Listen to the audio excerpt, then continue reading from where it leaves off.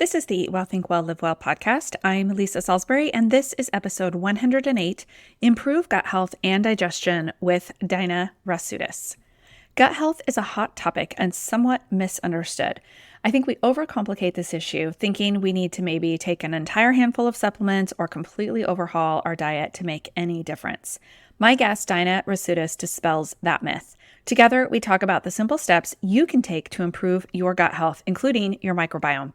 This can drastically change the way your cravings and appetite affect your day. Listen to the end for the simple tip I definitely needed to hear. Welcome to Eat Well, Think Well, Live Well, the podcast for women who want to lose weight but are tired of counting and calculating all the food. I'm your host, Lisa Salisbury. I'm a certified health and weight loss coach and life coach, and most importantly, a recovered chronic dieter. I'll teach you to figure out why you are eating when you aren't hungry instead of worrying so much about what you are eating. Welcome back to the Eat Well, Think Well, Live Well podcast. I'm delighted to have Daina Rasutis here. She's a nutritional therapist master, and we are going to be talking about gut health, which is not a topic we've covered on the podcast, so I'm very excited about this. Daina, welcome. Please introduce yourself, give us a little bit about your background, and then we'll jump into our conversation. Yes, thank you, Lisa, for having me. So my name's Daina. I'm a nutrition therapist master. I typically work with clients to really improve their gut health with a special focus also on skin health, which is interesting. A lot of people don't realize that so much of our skin is actually related to the gut, but honestly, most of the body is related to gut health. So I'm a trained nutrition therapist. I've been in practice for about 4 years now, helping clients all around the world. And I love talking gut health. So I'm glad you were able to bring me on. Good. Okay. So before we jump into the actual, health and what is it, let's define what is actually the gut. When we're talking about gut health, what parts of the body are we actually talking about? That's a loaded question. A lot of people will often think that you're just thinking about maybe the stomach. They'll think, oh, my stomach hurts, and that's all that gut is. But honestly, the digestive system, one way to think about it is everything that food can touch. So everything from your mouth to all the organs it goes through to get digested and absorbed and broken down through elimination.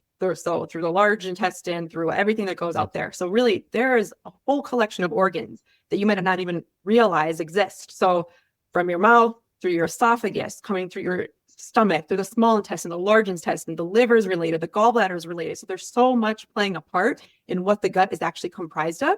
And those are the actual organs. It's more of the anatomical approach, but then you also have to think about the entire microbiome that lives in the guts. And so that differs from the mouth through the small intestine, through the colon. Oftentimes when we think about a very strong microbiome, that's typically more talked about related to the large intestine. That's where most of the microbiome lives, but there's also microbiome in the small intestine, in your mouth. So there is things to think about throughout the whole system, and it's extremely complex, and there's lots to have to consider.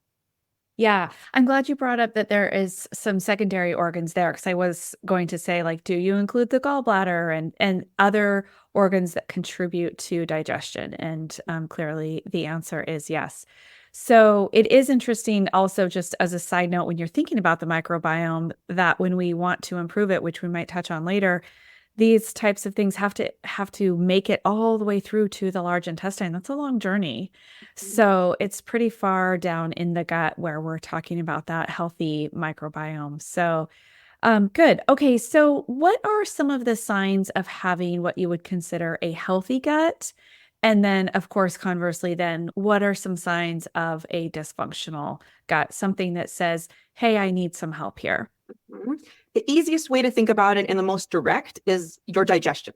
So that's the first thing we think about. So how are you feeling after meals? Are you gassy? Are you bloated? Are you getting acid reflux? So all of these are definitely direct signs of something being off in the gut. You want to look at bowel movements. Really, we want to be having a bowel movement every single day. I would say that if you're not able to pass a bowel movement every day, that would lean towards constipation. But you also don't want to have very loose stools. You want to have 1 to maybe 3 bowel movements per day. So really looking at those digestive symptoms are ways to know whether something might be out of whack in your gut. So conversely, you should barely notice your digestion throughout the day. That would be my sign when I talk to clients.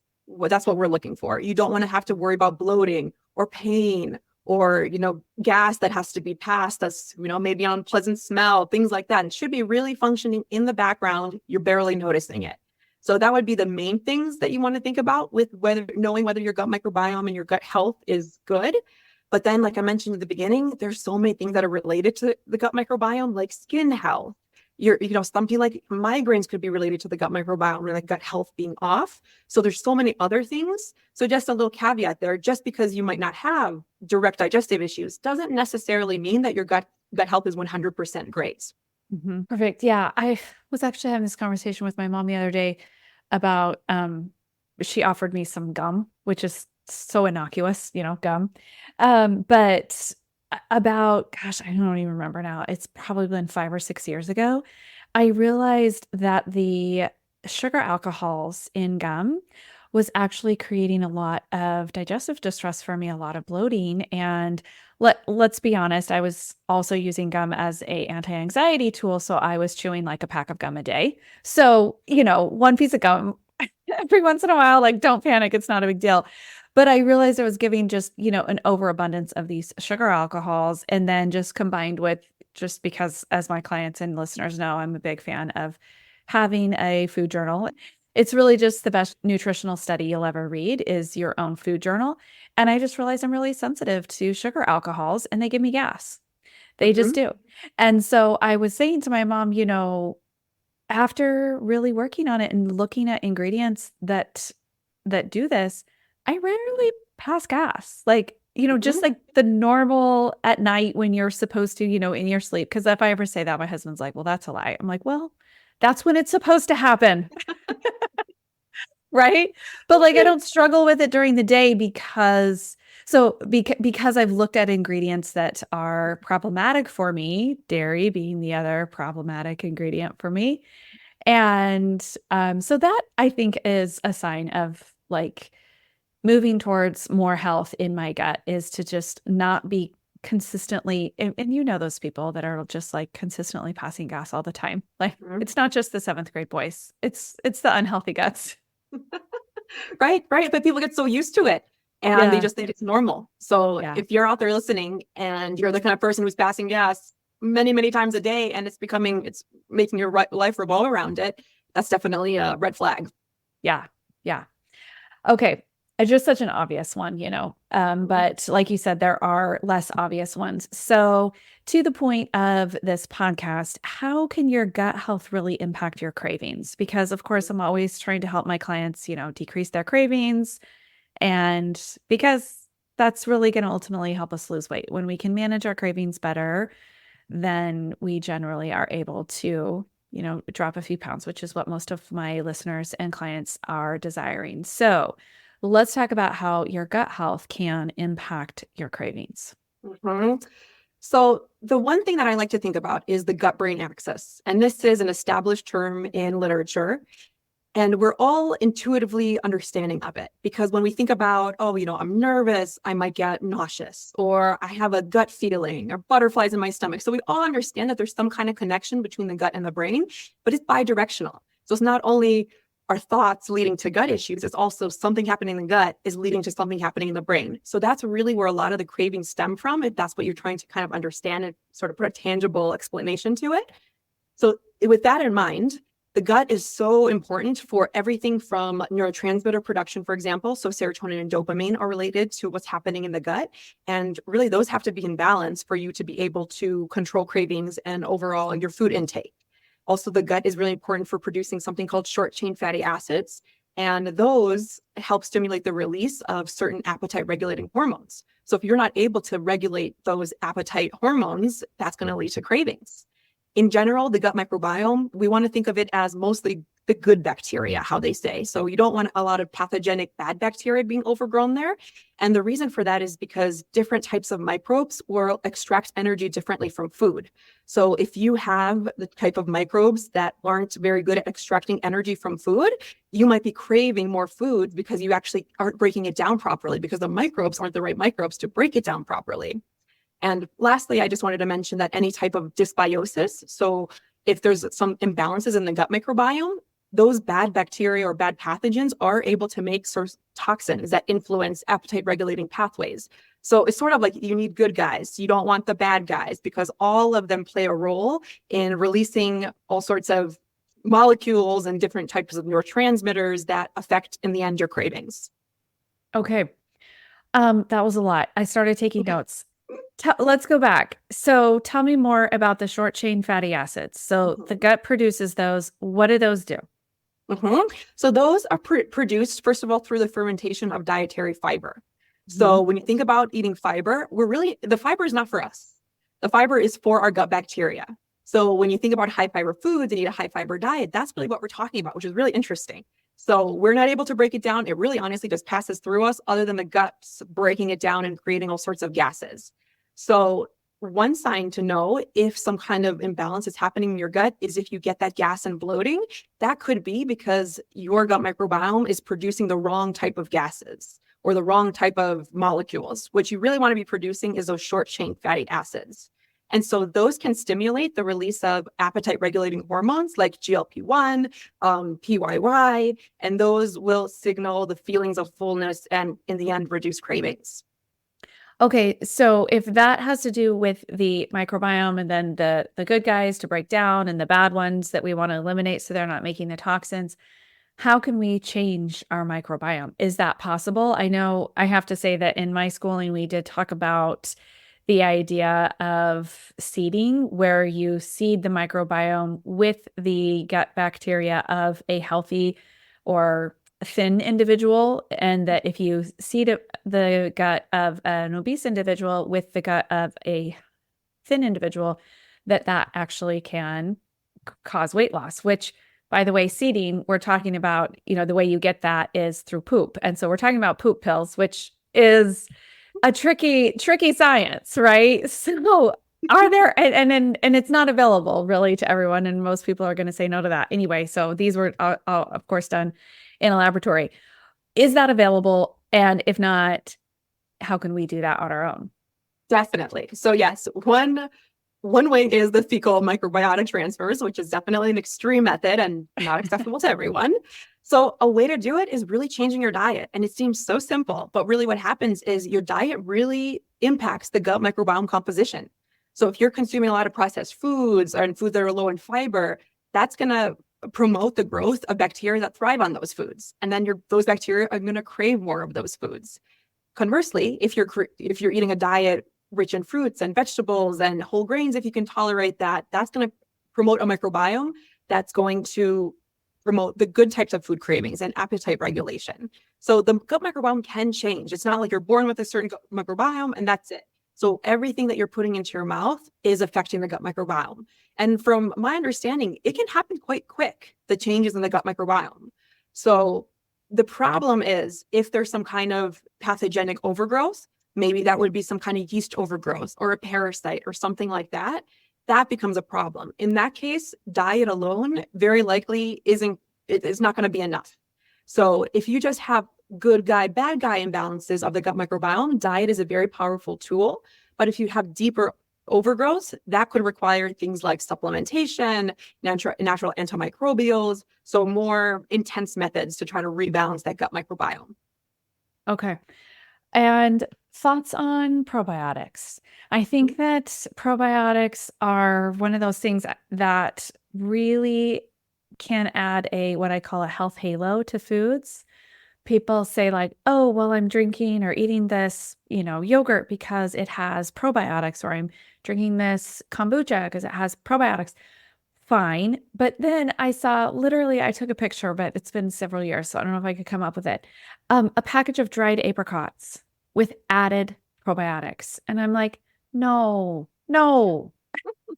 Like there has to be some probiotics that are worth your money and worth your time, but certainly eating a few dried apricots with a few probiotics added in there. I mean, they're not going to, that's not the right delivery system.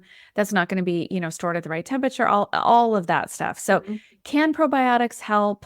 And probiotics that come from food, at what point do those help as well? Well, I love this question. So really, we come to this point where one might say, we just came out with all these probiotics. Our ancestors never used to eat probiotics. They were fine. They were just getting it from food. Food's enough. The reality is that we live in a very different environment than we did before, and we have a That's lot for more sure. toxicity. Yeah, toxicity. Yeah. Our water quality isn't as high. Our foods aren't high in minerals and all the things. So really, we do need a little bit of help. So I overall really support taking probiotics as a supplement just to have that insurance policy.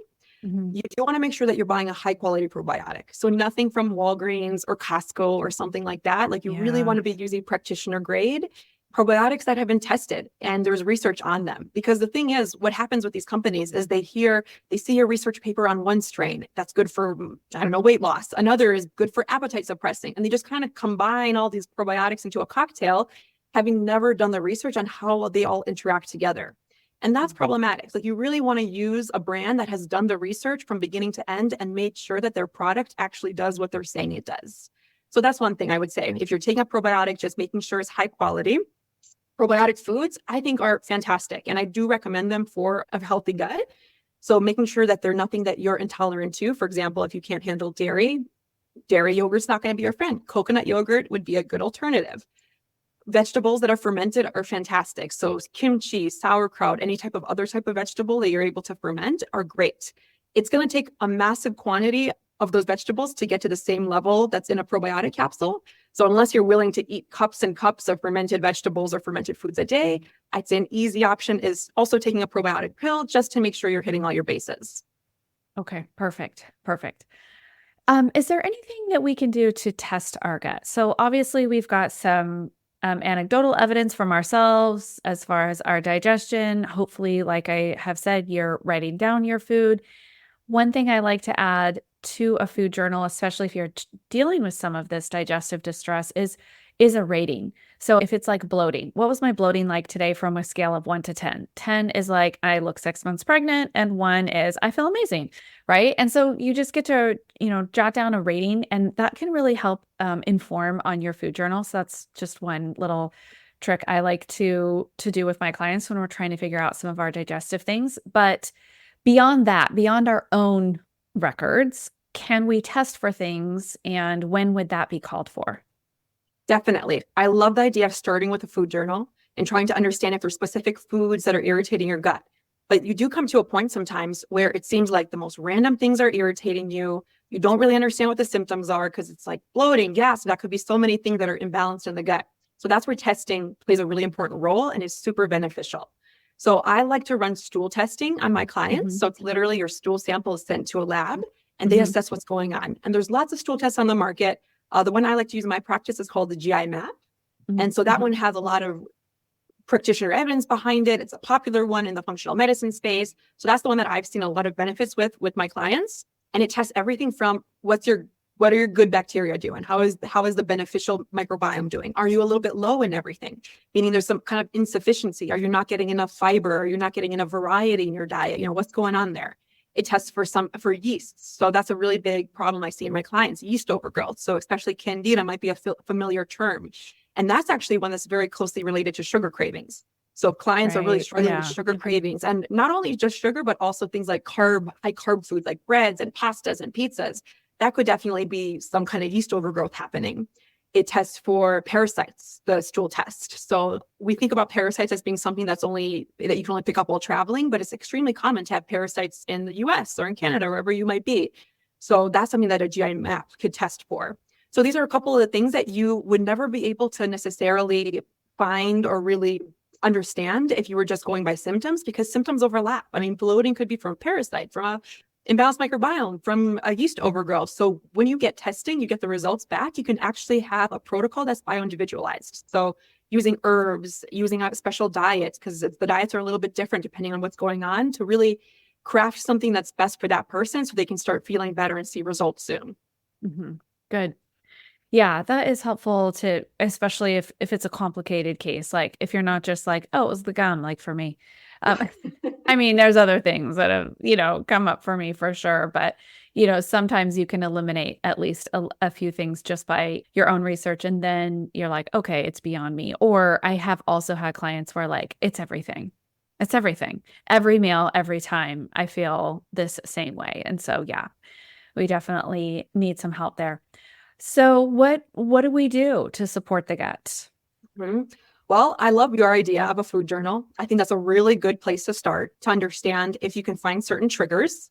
The next thing I would say is just quality of diet. So, really minimizing, honestly, getting rid of any type of highly processed food. So, anything with long ingredient lists, things you don't recognize. You really want to understand the ingredients on everything you eat. And if there's something you don't understand, doing some research on it because it's important to understand what you're putting into your body and feeling empowered of knowing what these things are. So, in general, minimizing processed foods, avoiding sugar, avoiding things that bother you. So, for example, if you know that dairy is something that bothers you or sugar alcohols are something that bother you, learn to avoid them. And if you're finding that you have a lot of other gut issues, it might be worth doing some gut healing. So, working with a practitioner who can actually find out how we can rebalance the gut microbiome. In general, diversity is your friend. So, really not getting stuck in the rut of 20 different things that you pick up at the grocery store every single week. So, finding diversity, trying out those things that you don't really know what to do with. Eating with the seasons is a really easy way to naturally incorporate that, like having tomatoes mostly in the summer and then kind of not having tomatoes the rest of the year, focusing on those winter squashes in the wintertime and then not buying them in the summer. So, that alone gives a lot of diversity for the gut. And it seems so simple, but that's so helpful for people to make sure that you're feeding the good microbiome, managing the cravings because you have a healthy gut microbiome. So those are some initial tips. And then just a general one that I would say everyone can work on is just chewing your food. Again, sounds so Ugh, basic, I just but saw this. Okay, no, but really, speak about this for a minute because I am the worst. I'm Mhm. always telling my clients to like slow down, be the last one done. And part of that is because a lot of times they're cutting down the volume of food that they're eating, and so they finish early, and then they're like feel sad and deprived, right? Mhm. So I think that there's two main benefits of this, and one of them is what I talk to my clients about with reducing their intake. But the other thing is the long chewing. So Yeah. talk about that for a sec. So everything in your digestive tract is helping you digest food. So starting with the teeth, there's enzymes in your mouth that are helping you break down food. If you're just basically taking a bite and swallowing things, the digestive process hasn't fully started. And really it begins in the brain because once you know that you're eating, your brain realizes that it's time to release hydrochloric acid, enzymes, all the things that are going to help you digest food. So really slowing down and letting that whole process happen is important. You don't have teeth in your stomach. So you really want to use the teeth in your mouth to help break down the food so that when the food hits your stomach and it starts churning it and digesting it, it doesn't have to do as much work, especially if you get bloating. So that's really something that you want to focus on is slowing down, chewing your food, say 20 times per bite, which in the Ah, beginning is going to seem crazy. it does. Not It does. crazy. Yeah, yeah. Putting down your fork is really helpful because if your fork is in your hand, you're waiting for that next scoop of food. So putting down your fork, chewing, enjoying the flavors, especially if you just spent time cooking something. I mean, to eat it all in 5 minutes after you spent like an hour or two cooking everything, it seems like such a waste. So appreciating the food, thinking about the farmers, thinking about the animal, if you eat animals, whatever it might be. So all of that really slows down the process. And in the end, gets you into that parasympathetic mode for your nervous system so that you're actually digesting the food. You're resting. You're not in that stressed state where digestion is bottom of the line of what the body cares about. So all these little things are really helpful to just Yeah. improve gut health and digestion. I notice it seemed like this would happen to me so often especially when I had teenagers, because they would be needing to be somewhere at 7. Like they had an evening activity. It seems like all the time, a couple times a week, someone has to be somewhere at 6:30 or 7, or we've got a game, or we've got an event. And so I'm rushing to make dinner. I'm rushing, rushing, rushing. I'm making dinner so fast. I get it on the table, and I'm not the one that has to leave because they have a driver's license, right? And who finishes first? Me. Me. I finish first. And I'm like, what the heck? Like, slow down. And so I know sometimes when we feel like, or even if just, people are hungry or for whatever reason, you throw together a meal really quickly, try to take a few breaths. Yes. And I know there has been some research done even on a prayer or a moment of gratitude before a meal. Do you know about that? That it actually can improve digestion? I mean, I believe it just, if anything, getting into that parasympathetic state to be able to Mm. digest food. Yeah, that's a good point. That's probably what's happening, is to get out of the fight or flight, which is what I totally am in when I'm making dinner sometimes. I'm like, get out of my way. I'm in a rush. the dog is begging. I'm just like, ah, right. And then just getting into that rest and digest and just taking a minute, breathe in the food, take some smells, and set yourself up to really, like you said, chew and put your fork down between each bite. Mhm. Definitely. Good. Okay. What did we miss? Anything else on the gut, especially as relating to weight loss, if there's anything else there? I mean, I think just in general, thinking about your gut microbiome, and Mm, you can be implementing, especially if you're implementing all these great lifestyle changes, you're ticking all the boxes, you're like, I'm doing all the right things. The cravings aren't going away. Thinking about your gut microbiome, because it's not you necessarily. It could be something that's mm. completely taken over your body in a way and is controlling those cravings. So I think that's a really good place to look at if you've tried all the other methods and you're still kind of struggling with a lot of that. Okay, great. If people are looking for a probiotic, is there one that you like and recommend? I really like the Megaspore by Microbiome Labs. So Okay. that's a really good one to start with. It's a spore-based probiotic, and it's really good at just rebalancing the gut microbiome. So it's typically easy to tolerate, a good one to start with. So that's one that I would recommend. Okay, great. I think just one more thing, and we're kind of jumping around, but just one more thing on this, because I was taking some notes earlier. Just remembering that when I talk about including fiber in your diet, this is part of the main reason why. That fiber is not for us. I love that what you said. Fiber is not for us. It is for the gut bacteria. So supporting them with, seeding them with some of those spores and trying to get some of those healthy guys in there. But just remembering that the fiber that you're eating is really, really supportive. And so when Dinah says to change your diet, it's the food for them. You're offering, and I know that sounds like sort of like alien. Like, what in the world? What do we have growing in us? But we have so much bacteria in us, and you know, making sure we're supporting the right ones really can make a huge difference to our comfort level, as well as, like you said, our cravings. So, thank you so much. Where can people find you online and hear more from you? Yes. So my business is Table to Crave.